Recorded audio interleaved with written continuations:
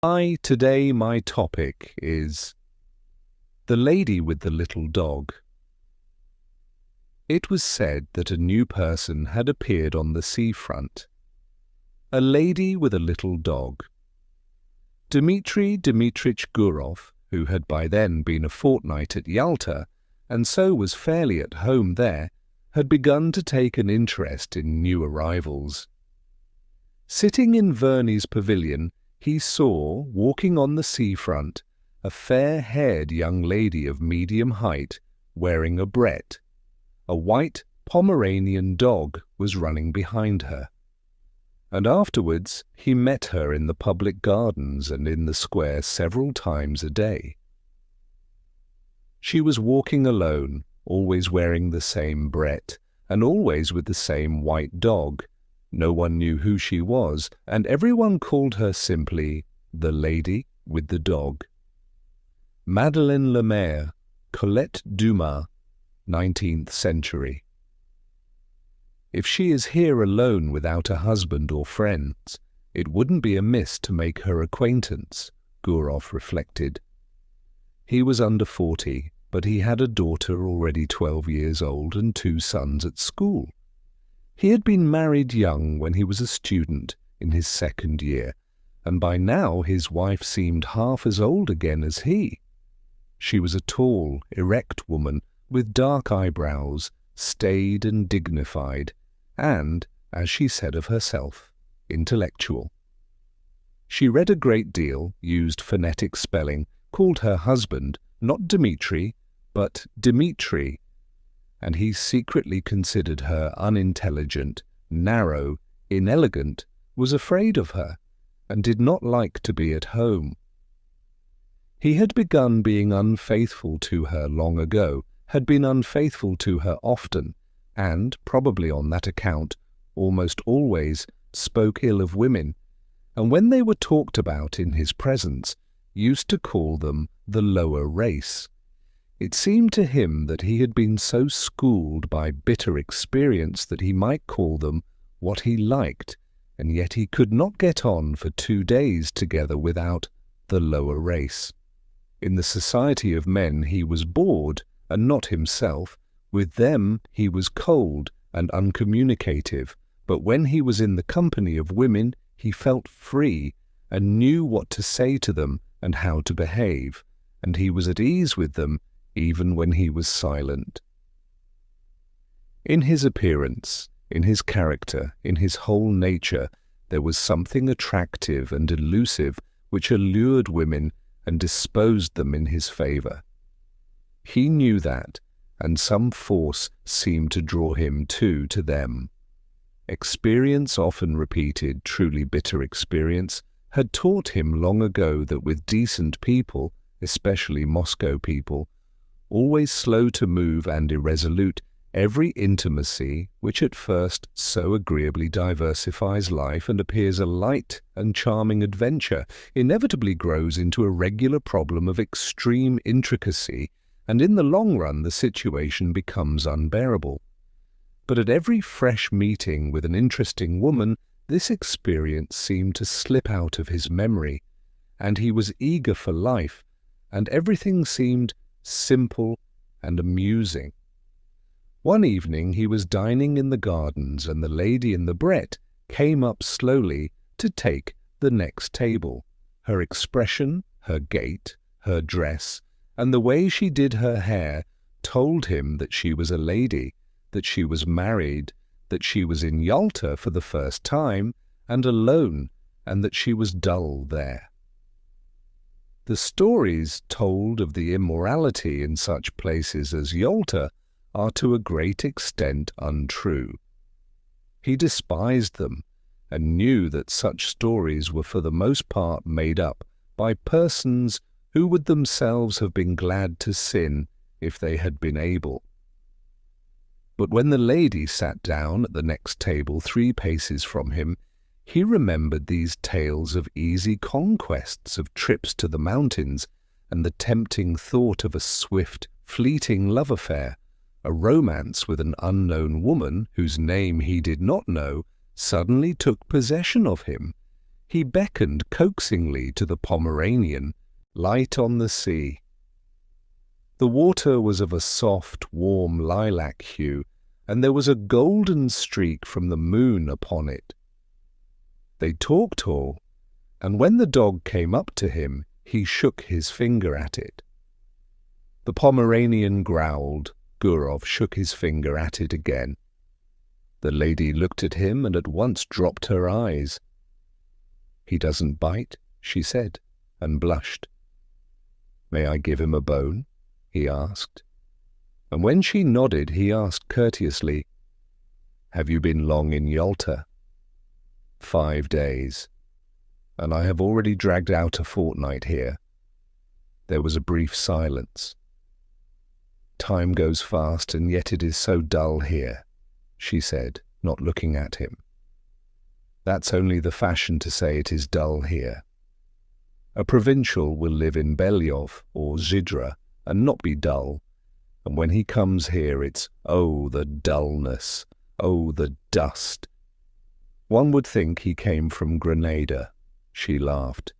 Then both continued eating in silence, like strangers, but after dinner they walked side by side, and there sprang up between them the light jesting conversation of people who are free and satisfied, to whom it does not matter where they go or what they talk about. They walked and talked of the strange how sultry it was after a hot day. Gurov told her that he came from Moscow, that he had taken his degree in arts but had a post in a bank, that he had trained as an opera singer but had given it up, that he owned 2 houses in Moscow. And from her he learnt that she had grown up in Petersburg but had lived in S.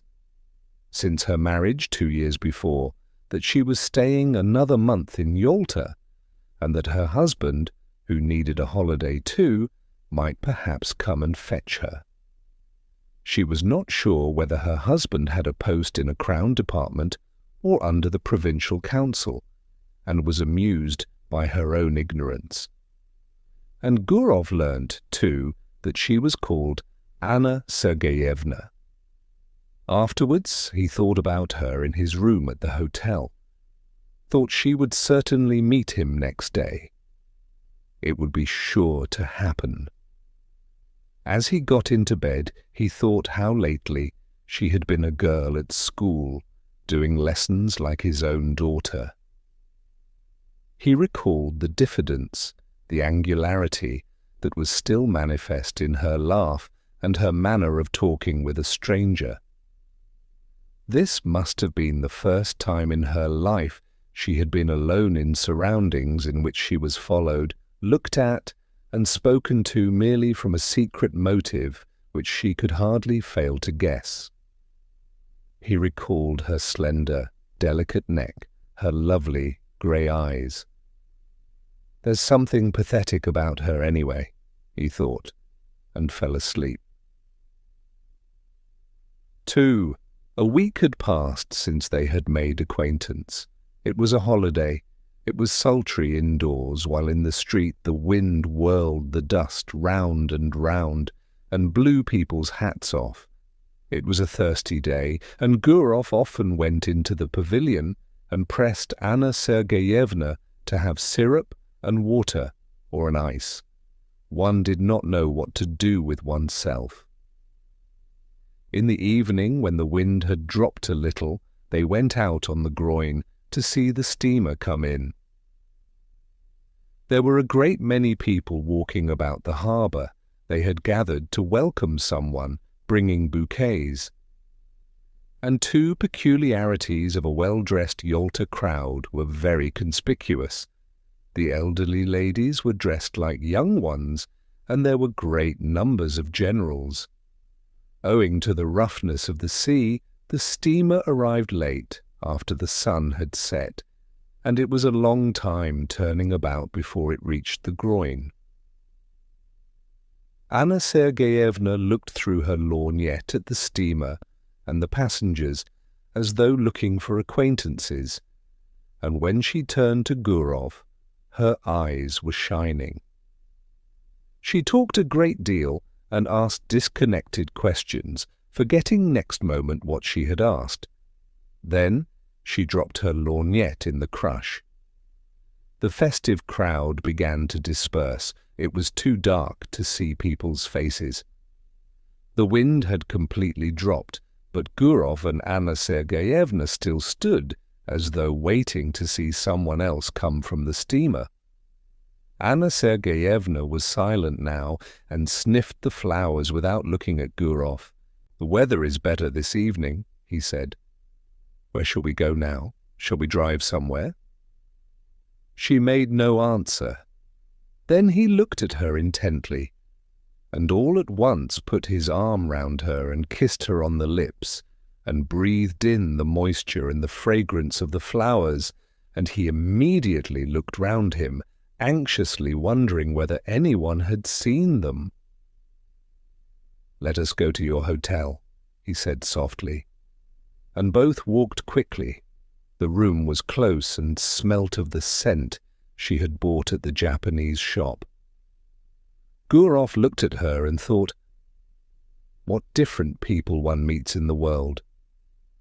From the past he preserved memories of careless, good-natured women who loved cheerfully and were grateful to him for the happiness he gave them, however brief it might be, and of women like his wife who loved without any genuine feeling, with superfluous phrases, affectedly, hysterically, with an expression that suggested that it was not love nor passion, but something more significant, and of 2 or 3 others, very beautiful, cold women, on whose faces he had caught a glimpse of a rapacious expression, an obstinate desire to snatch from life more than it could give, and these were capricious, unreflecting, domineering, unintelligent women not in their first youth, and when Gurov grew cold to them, their beauty excited his hatred, and the lace on their linen seemed to him like scales. But in this case there was still the diffidence, the angularity of inexperienced youth, an awkward feeling, and there was a sense of consternation as though someone had suddenly knocked at the door. The attitude of Anna Sergeyevna, the lady with the dog, to what had happened, was somehow peculiar, very grave, as though it were her fall. So it seemed, and it was strange and inappropriate. Her face dropped and faded, and on both sides of it her long hair hung down mournfully. She mused in a dejected attitude like the woman who was a sinner in an old-fashioned picture. "It's wrong," she said. "You will be the first to despise me now." There was a watermelon on the table. Gurov cut himself a slice and began eating it without haste. There followed at least half an hour of silence. Anna Sergeyevna was touching. There was about her the purity of a good, simple woman who had seen little of life. The solitary candle burning on the table threw a faint light on her face, yet it was clear that she was very unhappy. "How could I despise you?" asked Gurov. "You don't know what you were saying." "God forgive me," she said, and her eyes filled with tears. "It's awful." "You seem to feel you need to be forgiven." "Forgiven? Number I am a bad, low woman. I despise myself and don't attempt to justify myself. It's not my husband but myself I have deceived, and not only just now. I have been deceiving myself for a long time. My husband may be a good, honest man, but he is a flunky. I don't know what he does there, what his work is, but I know he is a flunky. I was 20 when I was married to him. I have been tormented by curiosity. I wanted something better. There must be a different sort of life, I said to myself. I wanted to live, to live, to live. I was fired by curiosity. You don't understand it, but I swear to God, I could not control myself. Something happened to me. I could not be restrained. I told my husband I was ill and came here. And here I have been walking about as though I were dazed, like a mad creature. And now I have become a vulgar, contemptible woman whom anyone may despise. Gurov felt bored already listening to her. He was irritated by the naive tone, by this remorse, so unexpected and inopportune. But for the tears in her eyes, he might have thought she was jesting or playing a part. "I don't understand," he said softly. "What is it you want?" She hid her face on his breast and pressed close to him. believe me, I beseech you," she said. "I love a pure, honest life, and sin is loathsome to me. I don't know what I am doing. Simple people say, the evil one has beguiled me. And I may say of myself now, that the evil one has beguiled me." "Hush, hush," he muttered. He looked at her fixed, scared eyes, kissed her, talked softly and affectionately. And by degrees she was comforted, and her gaiety returned. They both began laughing. Afterwards, when they went out, there was not a soul on the seafront. The town with its cypresses had quite a death-like air, but the sea still broke noisily on the shore. A single barge was rocking on the waves, and a lantern was blinking sleepily on it. They found a cab and drove to Oriander. "I found out your surname in the hall just now. It was written on the board, von Diederitz," said Gurov. "Is your husband a German?" "No, I believe his grandfather was a German, but he is an Orthodox Russian himself." At Oriander they sat on a seat not far from the church, looked down at the sea, and were silent. Yalta was hardly visible through the morning mist. White clouds stood motionless on the mountain tops. The leaves did not stir on the trees, grasshoppers chirruped, and the monotonous hollow sound of the sea, rising up from below, spoke of the peace, of the eternal sleep awaiting us. So it must have sounded when there was no Yalta, no Oriander here. So it sounds now, and it will sound as indifferently and monotonously when we are all no more. And in this constancy, in this complete indifference to the life and death of each of us, there lies hid, perhaps, a pledge of our eternal salvation, of the unceasing movement of life upon earth, of unceasing progress towards perfection. Sitting beside a young woman who in the dawn seemed so lovely, soothed and spellbound in these magical surroundings, the sea, mountains, clouds, the open sky, Gurov thought how in reality everything is beautiful in this world when one reflects.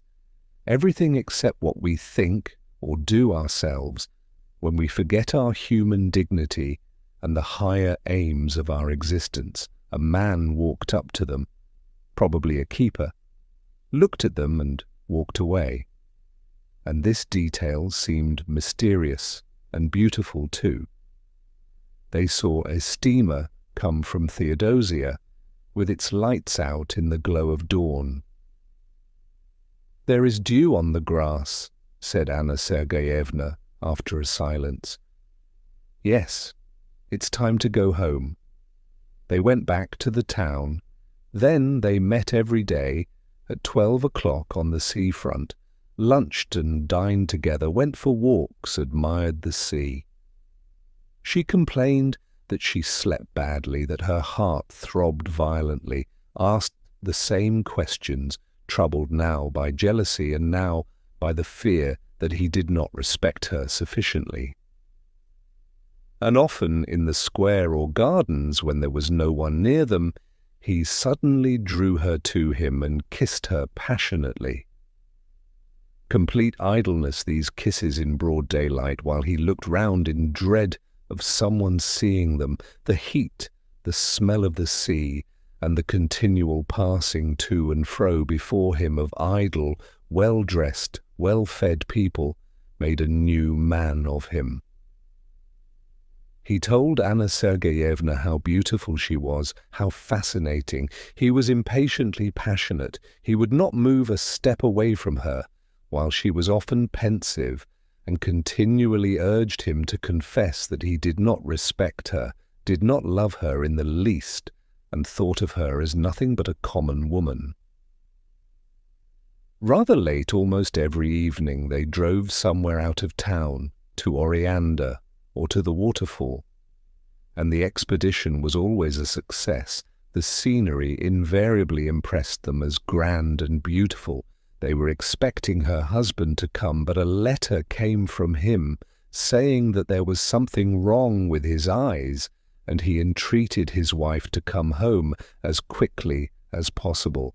Anna Sergeyevna made haste to go. "It's a good thing I am going away," she said to Gurov. "It's the finger of destiny." "It's a good thing I am going away," she said to Gurov. "It's the finger of destiny." She went by coach, and he went with her. They were driving the whole day. When she had got into a compartment of the express, and when the second bell had rung, she said, "Let me look at you once more." "Look at you once again. That's right." She did not shed tears, but was so sad that she seemed ill, and her face was quivering. "I shall remember you, think of you," she said. "God be with you. Be happy. Don't remember evil against me. We are parting forever. It must be so, for we ought never to have met. Well, God be with you." The train moved off rapidly. Its lights soon vanished from sight, and a minute later there was no sound of it, as though everything had conspired together to end as quickly as possible. That sweet delirium, that madness. Left alone on the platform and gazing into the dark distance, Gurov listened to the chirrup of the grasshoppers and the hum of the telegraph wires, feeling as though he had only just waked up. And he thought, musing, that there had been another episode or adventure in his life, and it too was at an end, and nothing was left of it but a memory. He was moved, sad, and conscious of a slight remorse. This young woman whom he would never meet again had not been happy with him. He was genuinely warm and affectionate with her, but yet in his manner, his tone, and his caresses there had been a shade of light irony, the coarse condescension of a happy man who was, besides, almost twice her age. All the time she had called him kind, exceptional, lofty. Obviously, he had seemed to her different from what he really was, so he had unintentionally deceived her. Here at the station was already a scent of autumn. It was a cold evening. "It's time for me to go north," thought Gurov as he left the platform. "High time!" Third, at home in Moscow, everything was in its winter routine. The stoves were heated, and in the morning it was still dark when the children were having breakfast and getting ready for school, and the nurse would light the lamp for a short time. The frosts had begun already. When the first snow has fallen, on the first day of sledge driving, it is pleasant to see the white earth, the white roofs, to draw soft, delicious breath, and the season brings back the days of one's youth. The old limes and birches, white with hoarfrost, have a good-natured expression. They are nearer to one's heart than cypresses and palms, and near them one doesn't want to be thinking of the sea and the mountains. Gurov was Moscow-born. He arrived in Moscow on a fine frosty day, and when he put on his fur coat and warm gloves and walked along Petrovka, and when on Saturday evening he heard the ringing of the bells, his recent trip, and the places he had seen, lost all charm for him. Little by little he became absorbed in Moscow life, greedily read 3 newspapers a day, and declared he did not read the Moscow papers on principle. He already felt a longing to go to restaurants, clubs, dinner parties, anniversary celebrations, and he felt flattered at entertaining distinguished lawyers and artists, and at playing cards with a professor at the doctor's club. He could already eat a whole plateful of saltfish and cabbage. In another month, he fancied, the image of Anna Sergeyevna would be shrouded in a mist in his memory, and only from time to time would visit him in his dreams with a touching smile as others did. But more than a month passed, real winter had come, and everything was still clear in his memory, as though he had parted with Anna Sergeyevna only the day before. And his memories glowed more and more vividly. When in the evening, stillness he heard from his study the voices of his children, preparing their lessons, or when he listened to a song or the organ at the restaurant, or the storm howled in the chimney, suddenly everything would rise up in his memory. What had happened on the groin, and the early morning with the mist on the mountains, and the steamer coming from Theodosia, and the kisses.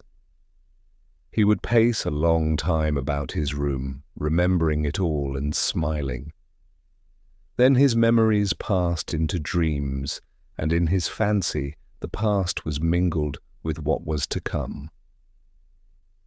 Anna Sergeyevna did not visit him in dreams, but followed him about everywhere like a shadow and haunted him. When he shut his eyes, he saw her as though she were living before him, and she seemed to him lovelier, younger, tenderer than she was, and he imagined himself finer than he had been in Yalta. In the evenings, she peeped out at him from the bookcase, from the fireplace, from the corner.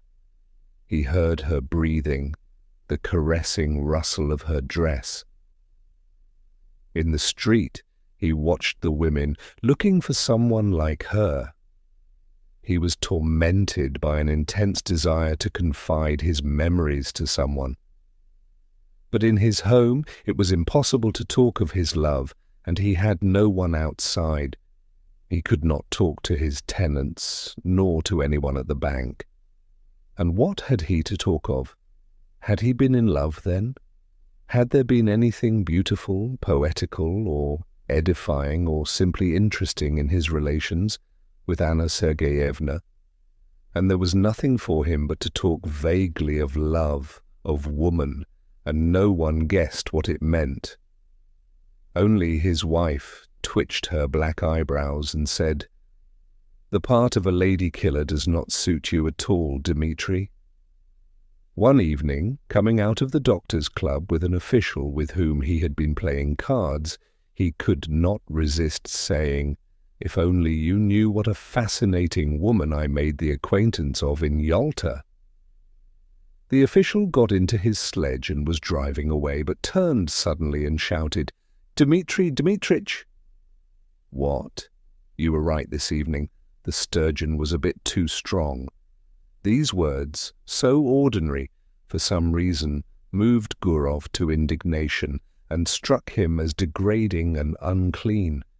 What savage manners, what people, what senseless nights, what uninteresting, uneventful days, the rage for card-playing, the gluttony, the drunkenness, the continual talk, always about the same thing, useless pursuits and conversations always about the same things absorb the better part of one's time, the better part of one's strength, and in the end there is left a life grovelling and curtailed, worthless and trivial, and there is no escaping or getting away from it, just as though one were in a madhouse or a prison.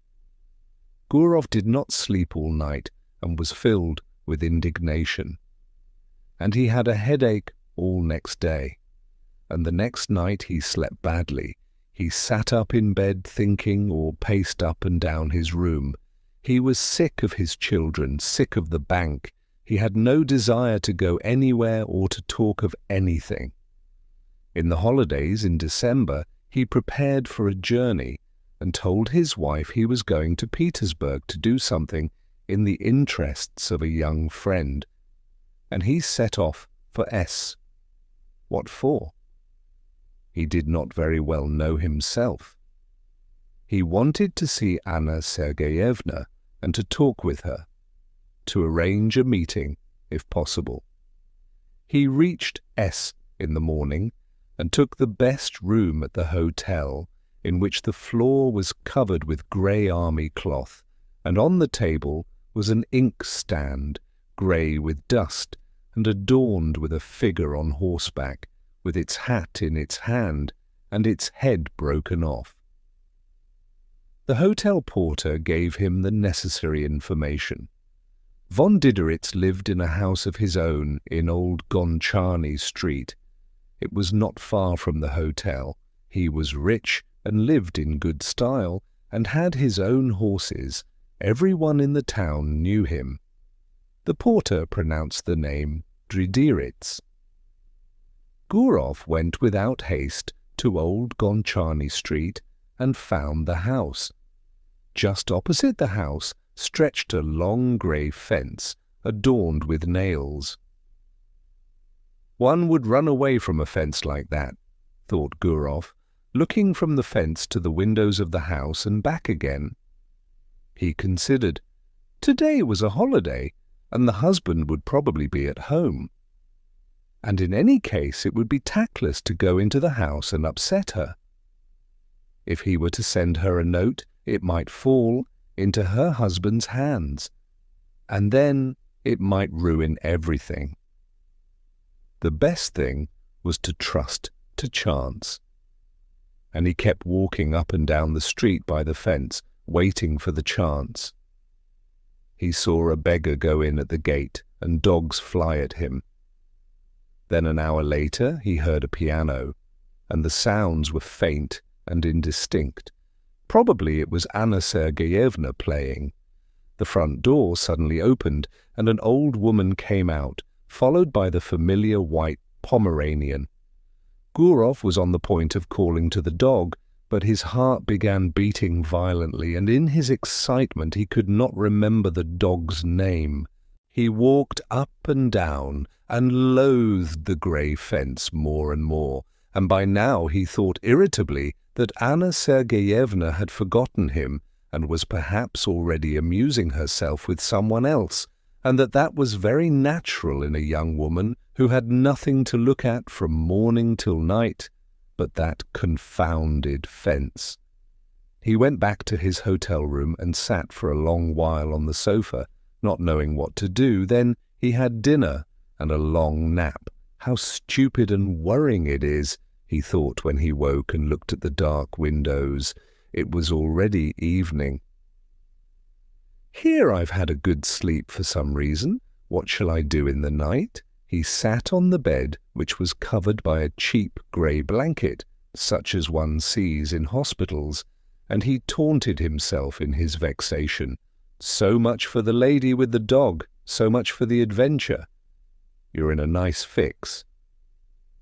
That morning at the station, a poster in large letters had caught his eye. The geisha was to be performed for the first time. He thought of this and went to the theatre. It's quite possible she may go to the first performance, he thought. The theatre was full. As in all provincial theatres, there was a fog above the chandelier. The gallery was noisy and restless. In the front row, the local dandies were standing up before the beginning of the performance, with their hands behind them. In the governor's box, the governor's daughter, wearing a boa, was sitting in the front seat, while the governor himself lurked modestly behind the curtain, with only his hands visible. The orchestra was a long time tuning up. The stage curtain swayed. All the time the audience were coming in and taking their seats. Gurov looked at them eagerly. Anna Sergeyevna too came in. She sat down in the third row, and when Gurov looked at her, his heart contracted, and he understood clearly that for him there was in the whole world no creature so near, so precious, and so important to him. She, this little woman, in no way remarkable, lost in a provincial crowd, with a vulgar lorgnette in her hand, filled his whole life now, was his sorrow and his joy, the one happiness that he now desired for himself and to the sounds of the inferior orchestra of the wretched provincial violins. He thought how lovely she was. He thought and dreamed. A young man with small side whiskers, tall and stooping, came in with Anna Sergeyevna and sat down beside her. He bent his head at every step and seemed to be continually bowing. Most likely, this was the husband whom at Yalta, in a rush of bitter feeling, she had called a flunkey. And there really was in his long figure, his side whiskers, and the small bald patch on his head, something of the flunkey's obsequiousness. His smile was sugary, and in his buttonhole there was some badge of distinction like the number on a waiter. During the first interval the husband went away to smoke. She remained alone in her stall. Gurov, who was sitting in the stalls too, went up to her and said in a trembling voice with a forced smile, "Good evening."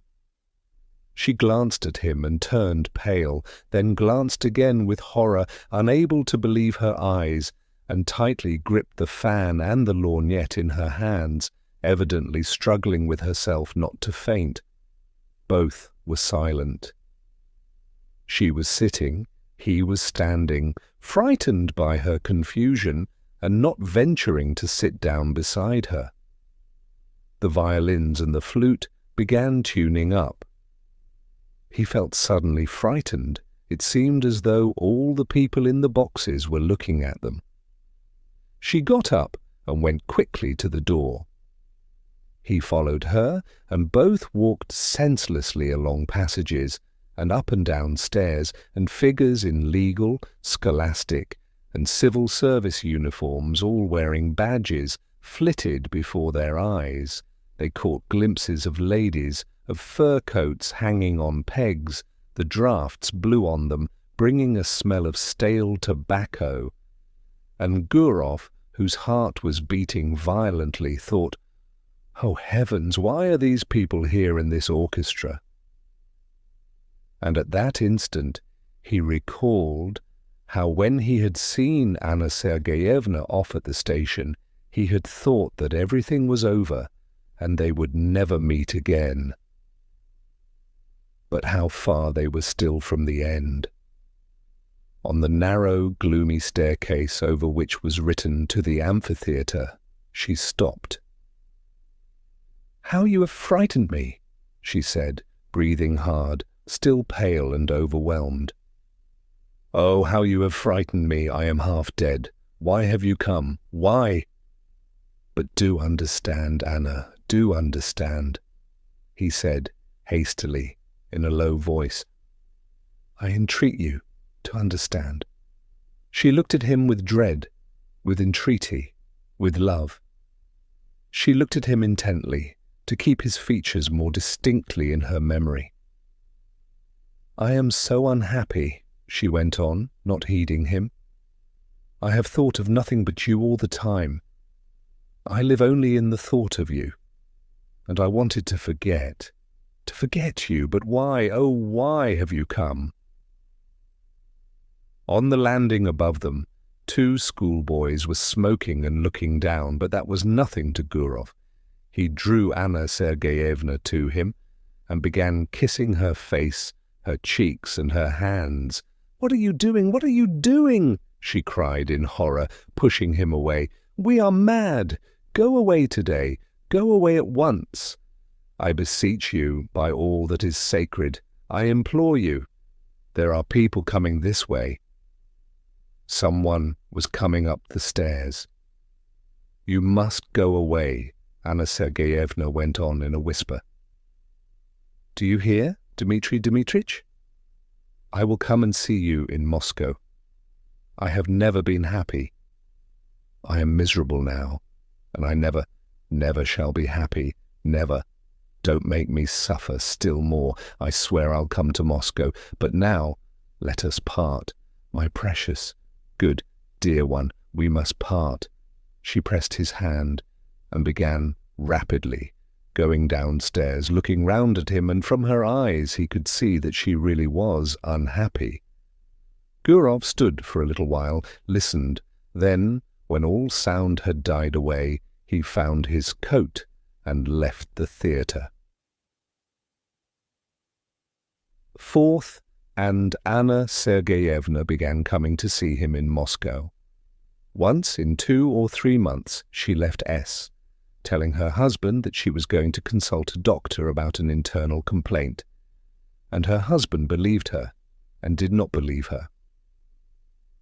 In Moscow she stayed at the Slaviansky Bazaar Hotel and at once sent a man in a red cap to Gurov. Gurov went to see her, and no one in Moscow knew of it. Once he was going to see her in this way on a winter morning. The messenger had come the evening before when he was out. With him walked his daughter, whom he wanted to take to school. It was on the way. Snow was falling in big wet flakes. It's 3 degrees above freezing point. "And yet it is snowing," said Gurov to his daughter.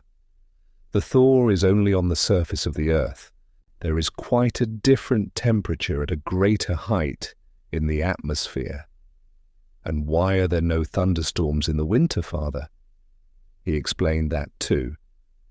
He talked, thinking all the while that he was going to see her, and no living soul knew of it, and probably never would know. He had 2 lives, one open, seen and known by all who cared to know, full of relative truth and of relative falsehood, exactly like the lives of his friends and acquaintances, and another life running its course in secret. And through some strange, perhaps accidental, conjunction of circumstances, everything that was essential, of interest and of value to him, everything in which he was sincere and did not deceive himself, everything that made the kernel of his life was hidden from other people. And all that was false in him, the sheath in which he hid himself to conceal the truth. Such, for instance, as his work in the bank, his discussions at the club, his lower race, his presence with his wife at anniversary festivities, all that was open. And he judged of others by himself, not believing in what he saw, and always believing that every man had his real, most interesting life under the cover of secrecy and under the cover of night. All personal life rested on secrecy, and possibly it was partly on that account that civilized man was so nervously anxious that personal privacy should be respected. After leaving his daughter at school, Gurov went on to the Slaviansky Bazaar. He took off his fur coat below, went upstairs, and softly knocked at the door. Anna Sergeyevna, wearing his favorite grey dress, exhausted by the journey and the suspense, had been expecting him since the evening before. She was pale, she looked at him and did not smile, and he had hardly come in when she fell on his breast. Their kiss was slow and prolonged, as though they had not met for 2 years. "Well, how are you getting on there?" he asked. "What news?" "Wait, I'll tell you directly." "I can't talk." She could not speak. She was crying. She turned away from him and pressed her handkerchief to her eyes. Let her have her cry out. I'll sit down and wait, he thought, and he sat down in an armchair. Then he rang and asked for tea to be brought him, and while he drank his tea, She remained standing at the window with her back to him. She was crying from emotion, from the miserable consciousness that their life was so hard for them. They could only meet in secret, hiding themselves from people like thieves. Was not their life shattered? Come, do stop, he said. It was evident to him that this love of theirs would not soon be over, that he could not see the end of it. Anna Sergeyevna grew more and more attached to him. She adored him, and it was unthinkable to say to her that it was bound to have an end some day. Besides, she would not have believed it. He went up to her and took her by the shoulders to say something affectionate and cheering, and at that moment he saw himself in the looking-glass. His hair was already beginning to turn grey, and it seemed strange to him that he had grown so much older, so much plainer during the last few years. The shoulders on which his hands rested were warm and quivering. He felt compassion for this life, still so warm and lovely, but probably already not far from beginning to fade and wither like his own. Why did she love him so much? He always seemed to women different from what he was, and they loved in him not himself, but the man created by their imagination, whom they had been eagerly seeking all their lives. And afterwards, when they noticed their mistake, they loved him all the same, and not one of them had been happy with him. Time passed, he had made their acquaintance, got on with them, parted, but he had never once loved. It was anything you like, but not love. And only now, when his head was grey, he had fallen properly, really in love, for the first time in his life. Anna Sergeyevna and he loved each other like people very close and akin, like husband and wife, like tender friends. It seemed to them that fate itself had meant them for one another, and they could not understand why he had a wife and she a husband. And it was as though they were a pair of birds of passage, caught and forced to live in different cages. They forgave each other for what they were ashamed of in their past. They forgave everything in the present, and felt that this love of theirs had changed them both. In moments of depression in the past, he had comforted himself with any arguments that came into his mind, but now he no longer cared for arguments. He felt profound compassion. He wanted to be sincere and tender. "Don't cry, my darling," he said. "You've had your cry, that's enough. Let us talk now, let us think of some plan." Then they spent a long while taking counsel together, talked of how to avoid the necessity for secrecy, for deception, for living in different towns and not seeing each other for long at a time. How could they be free from this intolerable bondage? How? How? He asked, clutching his head. How? And it seemed as though in a little while the solution would be found, and then a new and splendid life would begin. And it was clear to both of them that they had still a long, long road before them, and that the most complicated and difficult part of it was only just beginning. The end.